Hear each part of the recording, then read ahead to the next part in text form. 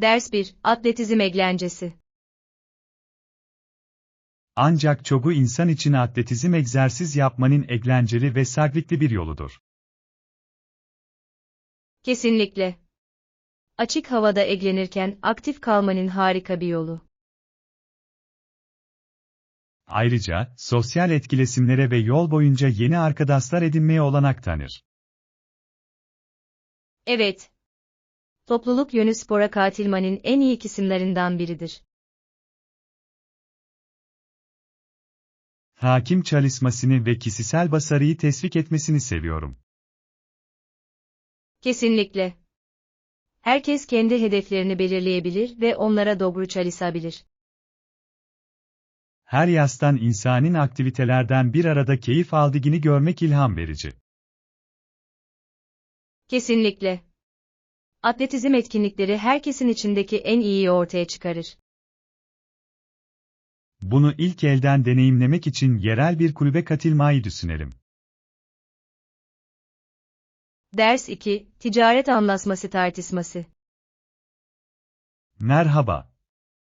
Yeni ticaret anlaşmasını duydunuz mu? Evet, yaptım. Oldukça anlamlı, değil mi? Kesinlikle. Ülkeler arasındaki ticaretin dinamiklerini değiştirebilir. Kabul ediyorum. Yerel ekonomiler için potansiyel faydalar heyecan vericidir. Bunun fiyatları ve stok durumunu nasıl etkilediğini görmek ilginç olacak. Evet, aynı zamanda yeni iş fırsatları da yaratabilir. İşletmelerin bu değişimlere nasıl hazırlandıklarını merak ediyorum. Yeni durumdan yararlanmak için hızla uyum sağlamaları gerekecek. Haberlerdeki gelişmeleri takip edelim. Ders 3. Kardiyo dersleri. Her pazartesi, çarşamba ve cuma sabah 9'da kardiyo derslerimiz var. Harika bir programa benziyor. Bir rutinin olması güzel. Evet, sonuçları görmenin anahtarı tutarlılıktır. Kabul ediyorum. Ayrıca bizi motive edecek belirli bir zamanın olması da yardımcı olur. Kesinlikle. Sabahlarıma iyi bir egzersizle başlamayı seviyorum. Ben de. Günün geri kalanında bana enerji veriyor.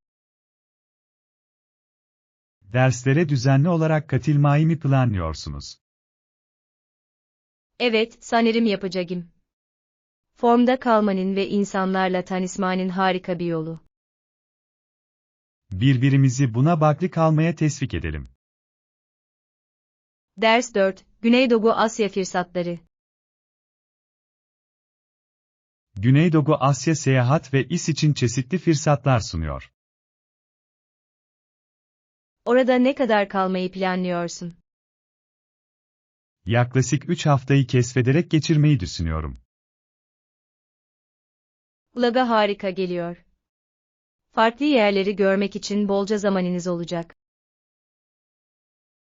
Kesinlikle. Hem kültürü hem de doğayı deneyimlemek istiyorum. Oraya gitmişken mutlaka yerel mutfağı denemelisiniz. Evet. Lezzetli sokak yemeklerini çok duydum. Bazı pazarları da mutlaka ziyaret edin. Canlı ve hayat doludurlar. Yapacağım. Bu maceranın başlaması için sabırsızlanıyorum. Ders 5. Sanal oyun geceleri. Son zamanlarda arkadaşlarımla sanal oyun geceleri düzenliyorum. Kulağa çok eğlenceli geliyor. Nasıl kurarsınız? Oldukça basit. Baklanmak ve oynamak için çevrimiçi bir platform kullanıyoruz. Bu harika. Genellikle hangi oyunları oynarsınız? En çok trivia ve kart oyunlarından keyif alıyoruz. Bunlar çok eğlenceli. Zorlukların bir arada olması güzel. Kesinlikle. Herkesin meskul olmasını ve eklenmesini saklar. Bir ara oyun gecelerinizden birine katılmayı çok isterim. İstediğiniz zaman hoş geldiniz. Ne kadar çoksa o kadar neseli. Ders 6, Çocukluk Anıları. Yuli erken çocukluk döneminde iki küçük üvey erkek kardeşiyle oynamayı severdi. Kulağa hoş geliyor. Kardeş bağları çok özel olabilir. Evet. Birlikte oyun oynayarak sayısız saatler geçirdiler. Sahip oldukları eğlenceyi hayal edebiliyorum. Kısa süre sonra Yıldızliga yükseldi ve bu her şeyi değiştirdi. Erken deneyimlerin geleceğimizi nasıl şekillendirdiği ilginçtir. Kesinlikle. Bu sevinç anları çoğu zaman en çok hatırladığımız şeylerdir. Çocukluğunun kariyer seçimlerini nasıl etkilediğini merak ediyorum. Muhtemelen ona yaratıcılık ve performans duygusu aşıladı. Ders 7, Müşteri Geri Bildirimi. Evet, müşteri geri bildirimlerini düzenli olarak toplamak değerli bir yaklaşımdır. Tamamen katılıyorum.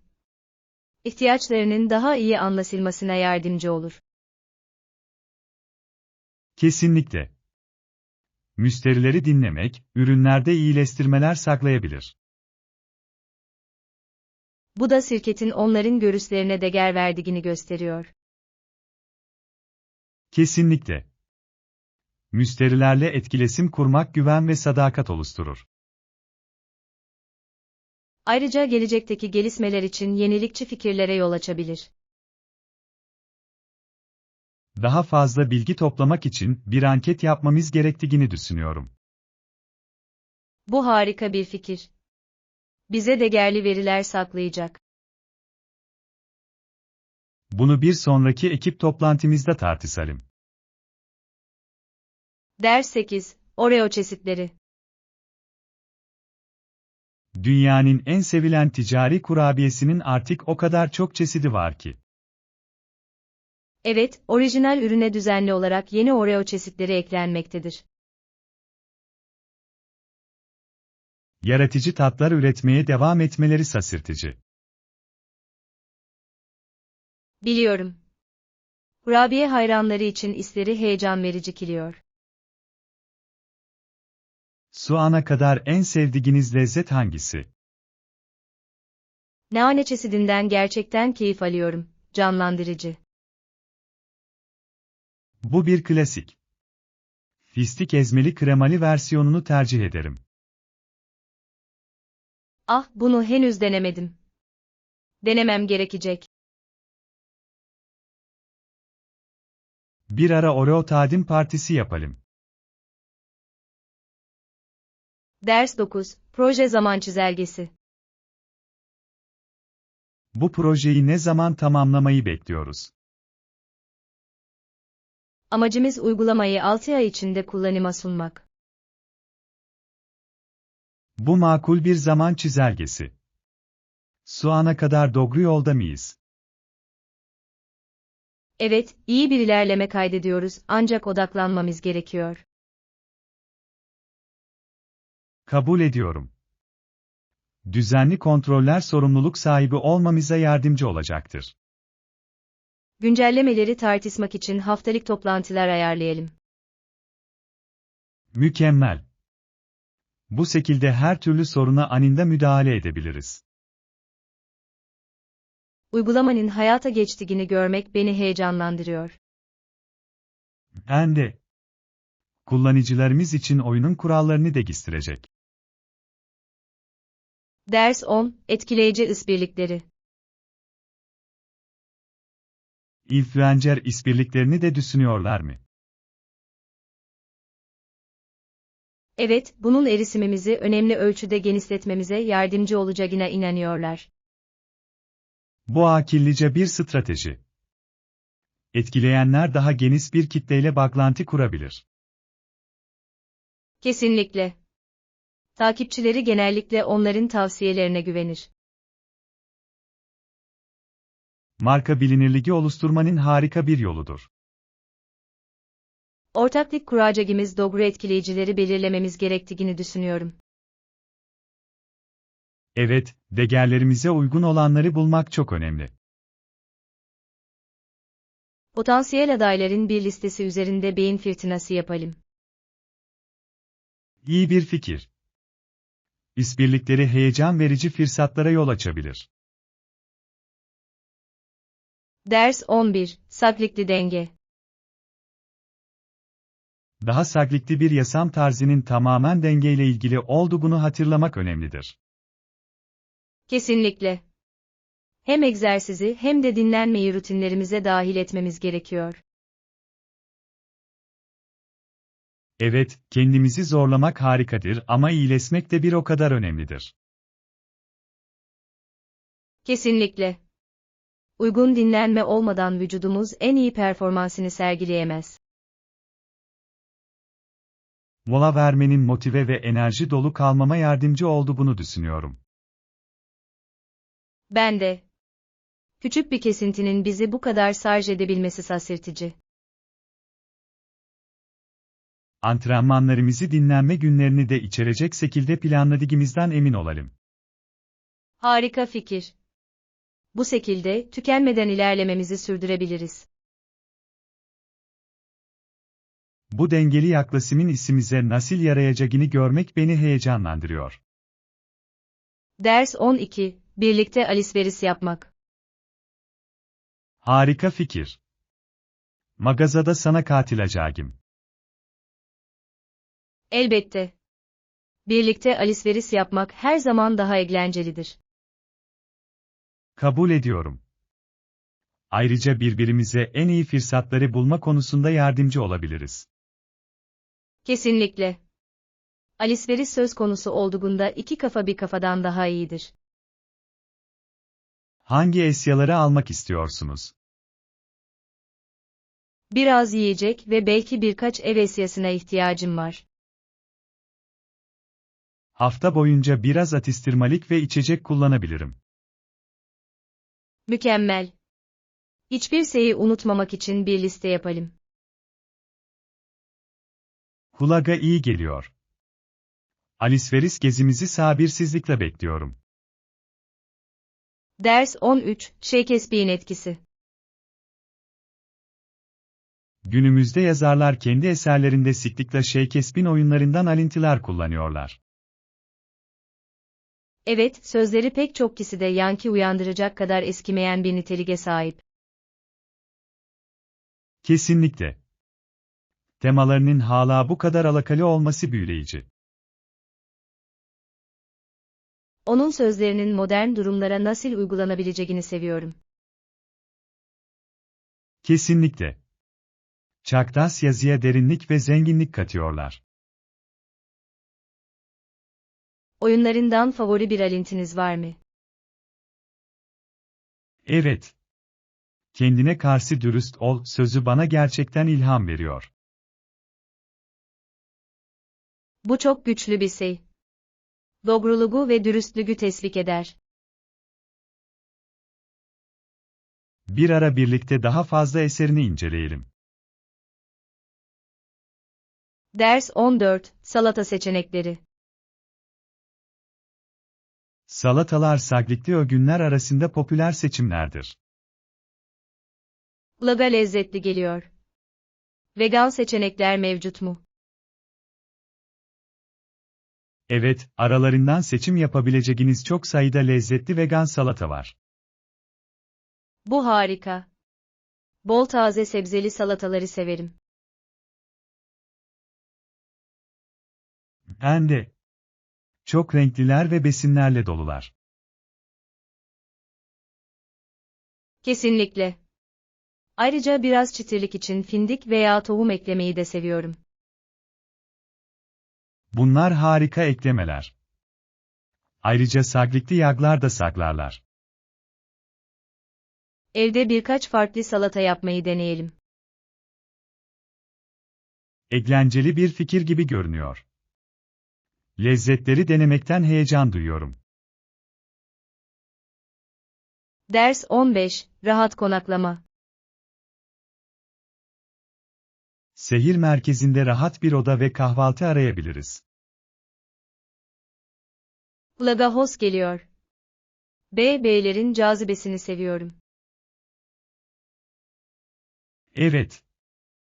Otellerle karşılaştırıldığında genellikle çok kişisel bir dokunusa sahiptirler. Kabul ediyorum. Ayrıca yerel işletmeleri desteklemek güzel. Kesinlikle. Her sabah ev yapımı kahvaltının da tadını çıkarabiliriz.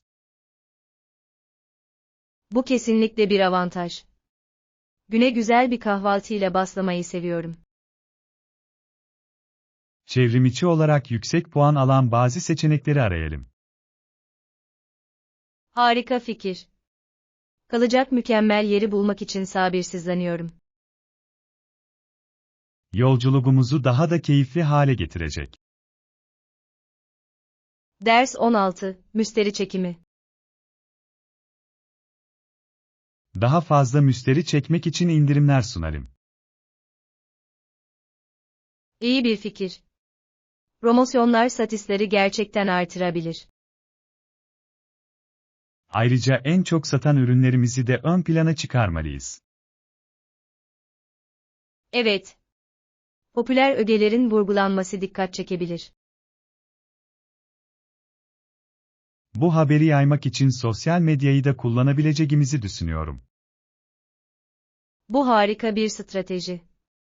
İlgi çekici gönderiler daha geniş bir kitleye ulaşabilir. Pazarlama kampanyamız için bazı yaratıcı fikirler üzerinde beyin fırtınası yapalım. Kesinlikle. Nasıl daha fazla müşteri çekebileceğimizi görmek beni heyecanlandırıyor. Birlikte harika promosyonlar hazırlayabiliriz. Ders 17, gizlice planlama. Her ne kadar onların haberi olmadan her şeyi planlamak oldukça zorlu bir iş olsa da. Evet, dikkatli düşünmeyi ve detaylara dikkat etmeyi gerektirir. Üstleri gizli tutarken sürprizleri yönetmeyi ilgi çekici buluyorum. Kesinlikle. Planlama sürecine heyecan unsuru katar. Ancak o gün her şeyin yolunda gitmesini saklamalıyız. Evet, bu çok önemli. Koordinasyon bir sürprizi başarmanın anahtarıdır. Görevleri takip etmek için bir zaman çizelgesi oluşturmamız gerektiğini düşünüyorum. Harika fikir. Bir zaman çizelgesi düzenli kalmamıza yardımcı olacaktır. Hiçbir şeyi açığa vurmadan etkili bir şekilde iletişim kurduğumuzdan emin olalım. Ders 18, kültüre uyum sağlama. Bu kültürel farklılıklara uyum sağlama konusunda herhangi bir zorlukla karşılaştınız mı? Evet, zorluklardan biri yerel gelenekleri ve görgü kurallarını anlamaktır. Hayal edebiliyorum.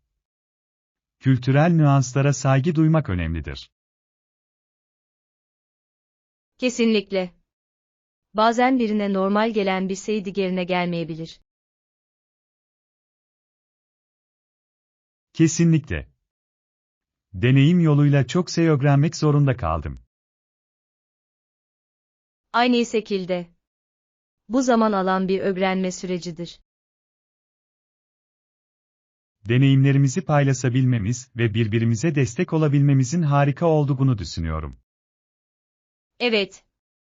Bu, uyum sağlamayı çok daha kolay ve daha keyifli hale getirir. Kültürü birlikte keşfetmeye ve öğrenmeye devam edelim. Ders 19, heyecan verici öneriler. Size harika önerilerim var. Yakında onları deneyeceğim için heyecanlıyım. Ne önerirsin? Şehir merkezindeki yeni İtalyan restoranının keyfine varacağınızı düşünüyorum. Kulağa çok lezzetli geliyor. Makarnaları hakkında harika şeyler duydum. Evet, tatlılarının da harika olması gerekiyor. Simartmak için sabırsızlanıyorum. Yeni yerler denemeyi seviyorum. Kesinlikle harika bir yemek deneyimi yaşayacaksınız. Ben de bu atmosferden keyif alacağıma eminim. Deneyimi paylaşabilmek için birlikte gitmeyi planlayalım. Ders 20, Deniz ürünleri macerası. Deniz ürünleri. Beni de dahil edin. Ne zaman gitmeliyiz? Aklınızda belirli bir tarih var mı? Gelecek hafta sonunun ideal olabileceğini düşünüyordum. Kulağa harika geliyor. Sahildeki taze deniz ürünlerini seviyorum. Evet. Günü geçirmenin harika bir yolu olacak. Havanın güzel olduğundan emin olmak için hava durumunu kontrol edelim. İyi bir fikir.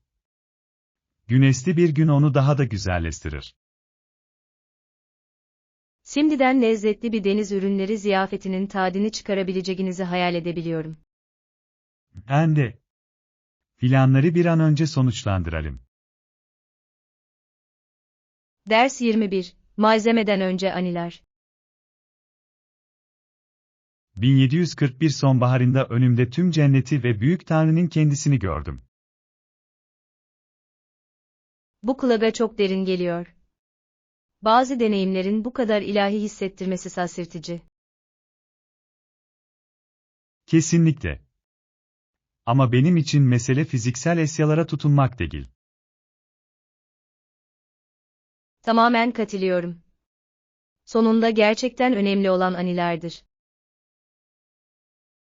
Kesinlikle.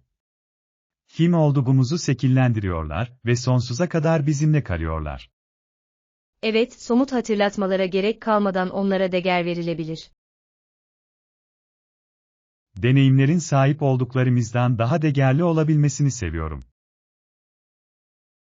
Kesinlikle. Birlikte unutulmaz anlar yaratmaya odaklanalım. Bizi hangi maceraların beklediğini görmek beni heyecanlandırıyor. Ders 22, Proje İşbirliği.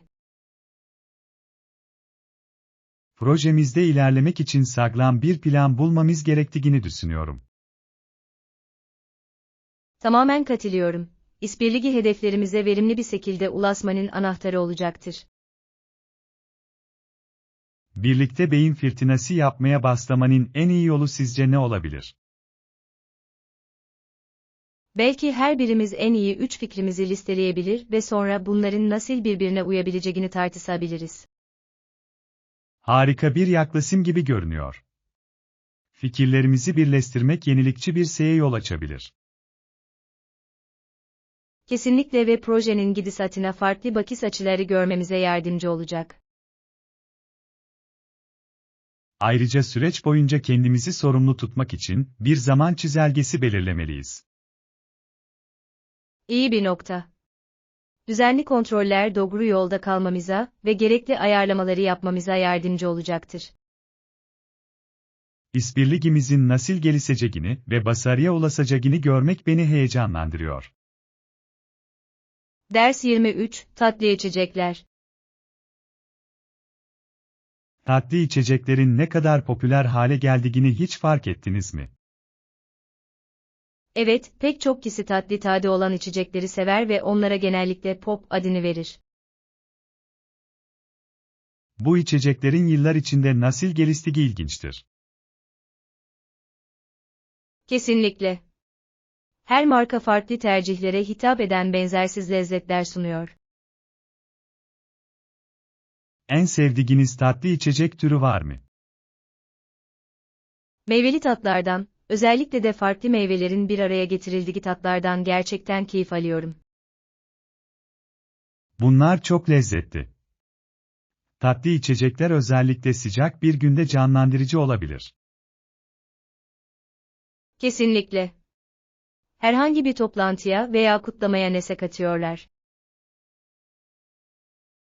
Bu kadar basit bir şeyin insanları nasıl bir araya getirebildiği büyüleyici. Ders 24, plaj planları. Düşündüğümde, plajda bir gün geçirmek harika olmaz mıydı? Bu iyi bir fikir. Plaj dinlenmek ve güneşin tadını çıkarmak için idealdir. Oradayken enerjik kalmamızı sağlayacak atıştırmalıklar getireceğim. Mükemmel. Ne tür atıştırmalıklar getirmeyi planlıyorsunuz? Biraz taze meyve ve belki biraz sandviç düşünüyorum. Kulağa lezzetli geliyor. Taze meyve her zaman plajda popülerdir. Susuz kalmamak için bol su getirmeyi de unutmamalıyız. Kesinlikle. Özellikle güneş altında susuz kalmamak çok önemlidir. Güneşin dokusunun tadını çıkarmak için erkenden sahilde buluşalım.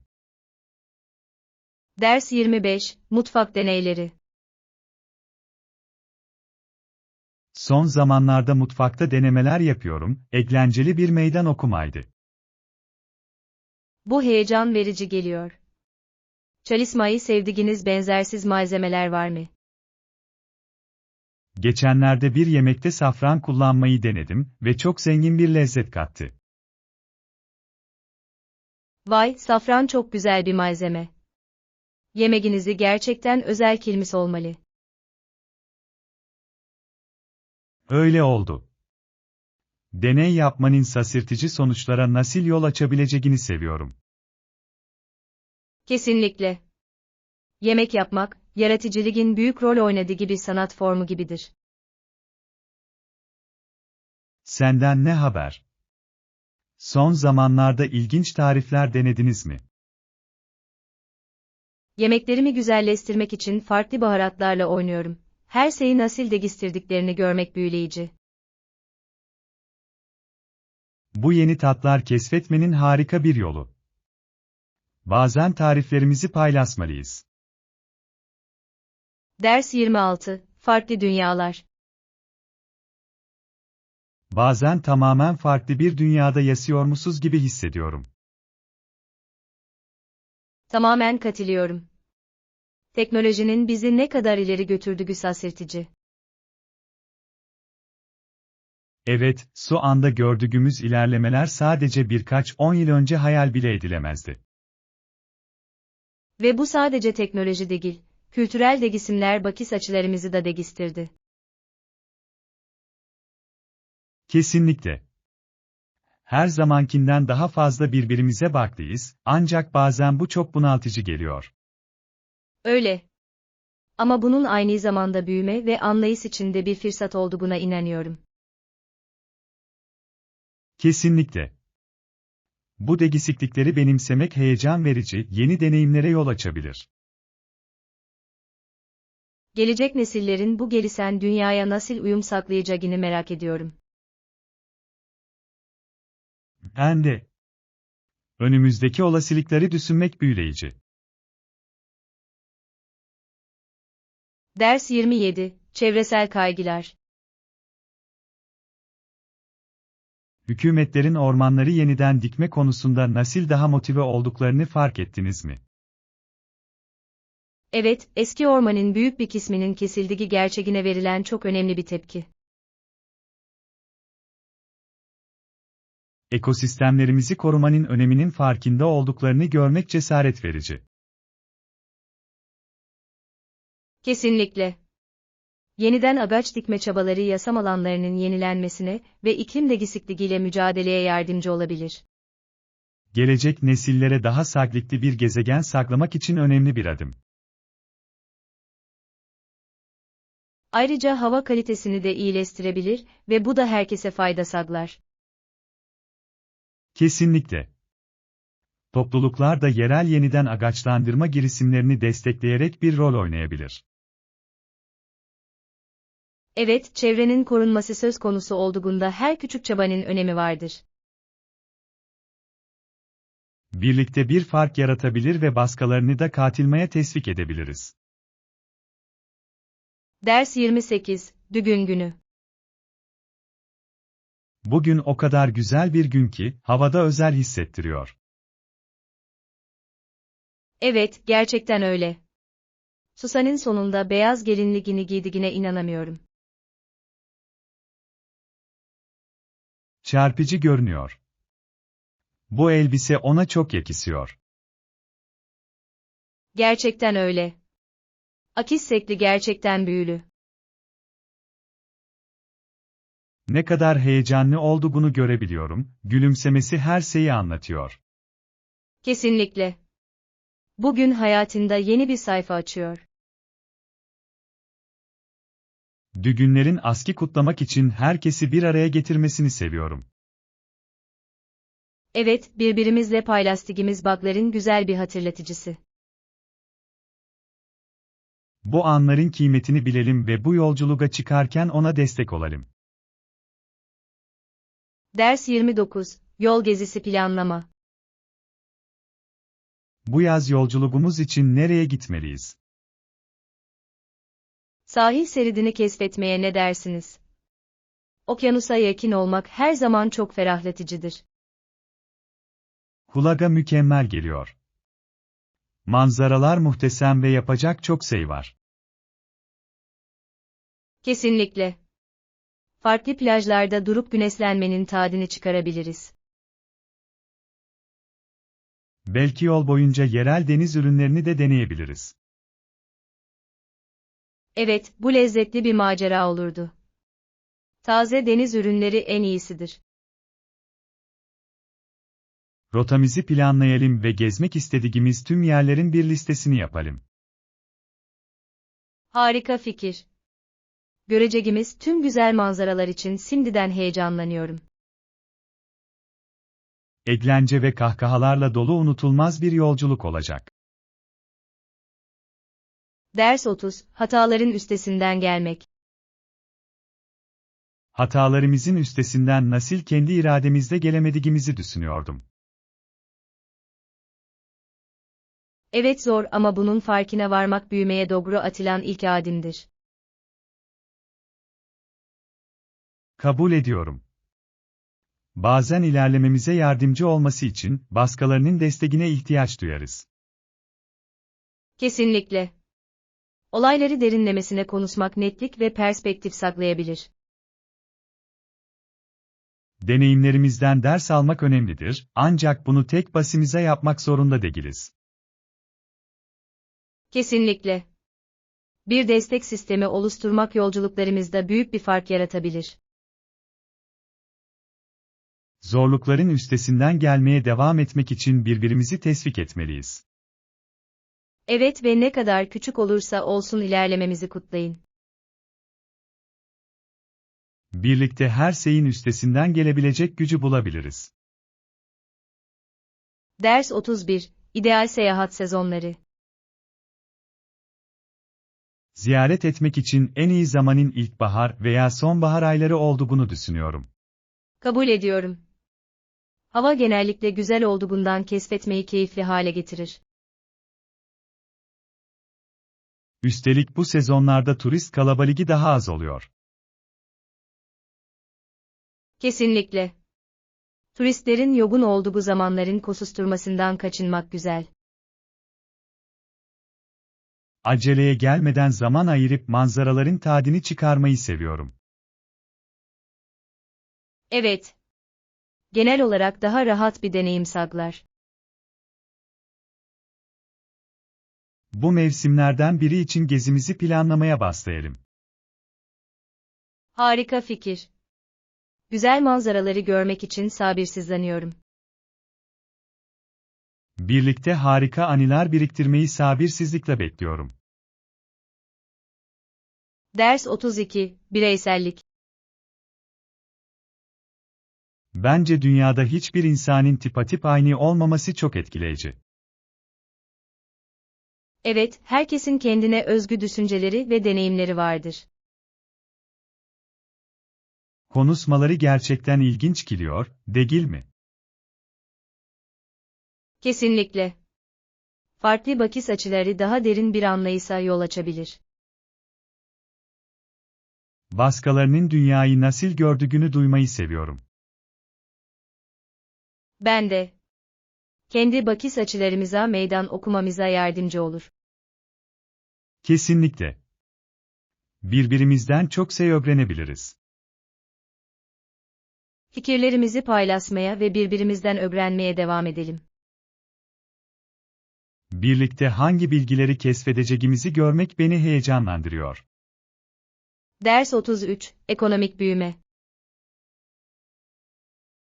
60'lı yıllarda Batı ülkeleri yüksek ekonomik büyüme seviyelerine ulaşıyordu. Evet, önemli bir değişim ve gelişimin yaşandığı gibi dönemdi. Savaş sonrası patlama gerçekten de pek çok endüstriyi dönüştürdü. Kesinlikle. Modern ekonomileri şekillendiren yeniliklere yol açtı. O dönemin bugünün pazarına nasıl zemin hazırladığını büyüleyici buluyorum. Evet, o zaman atılan temeller bugün hala bizi etkiliyor. Tarihin bazı açılardan nasıl tekrarlandığını görmek ilginç. Kesinlikle. Geçmişten ders almak geleceğe yön vermemize yardımcı olur. O dönemin mevcut trendler üzerindeki etkileri hakkında daha fazla tartışalım. Ders 34, vize önlemleri. Herhangi bir komplikasyondan kaçınmak için vize alana kadar beklemek daha güvenlidir. Tamamen katılıyorum. Bu durumlarda dikkatli olmakta fayda var. Evet, acele etmek gereksiz strese ve sorunlara yol açabilir. Kesinlikle. Seyahate çıkmadan önce her şeyin halledilmesi çok önemlidir. Son dakika sorunlarıyla karşılaşmaktansa sabırlı olmayı tercih ederim. Bu akıllıca bir yaklaşım. İleriye yönelik planlama yapmak daha sorunsuz bir yolculuk sağlar. Vize sürecini takip edelim ve güncel kalalım. Kesinlikle. Her şey onaylandıktan sonra seyahat etmeyi sabırsızlıkla bekliyorum. Başarılı ve sorunsuz bir yolculuğa merhaba. Ders 35, Tatil planlama. Hey! Yakında bir tatil planlamayı düşünüyordum. Bu heyecan verici geliyor. Nereye gideceğinize dair herhangi bir öneriniz var mı? Sahilde bir yer düşünüyorum, belki sıcak bir yer. Bu çok hoş olurdu. Okyanus kenarında dinlenmek kulağa mükemmel geliyor. Kabul ediyorum. Ayrıca, gevşemenin ve yeniden şarj olmanın harika bir yoludur. Ne kadar kalmak istediğini düşündün mü? Bir haftayı düşünüyordum, keşfetmeye yetecek kadar zaman. Bu ideal görünüyor. Her şeyin tadını çıkarmak için bolca zamanınız olacak. Birlikte harika plaj noktalarını araştırmaya başlayalım. Ders 36, Dil öğrenimi. Küçük çocuklar neden ikinci bir dili bu kadar hızlı ve kolay öğrenebiliyor? Gelişim yıllarında beyinlerinin dil edinimi için nasıl programlandığı oldukça ilginç. Evet, genellikle daha kolay uyum sağlarlar ve yeni seslere ve yapılara daha açıktırlar, bu da öğrenmeyi kolaylaştırır. Kesinlikle. Çocuklar hata yapmaktan daha az korkarlar, tereddüt etmeden özgürce pratik yapmalarına olanak tanır. Kesinlikle. Dogal merakları onları yeni dilleri keşfetmeye ve onlarla etkileşime geçmeye itiyor. Ve dili konuşanlarla çevrili olmak gibi sürükleyici ortamlar, öğrenmelerini önemli ölçüde geliştirebilir. Evet, deneyimsel öğrenmenin genç yaşta bu kadar etkili olabilmesi dikkat çekicidir.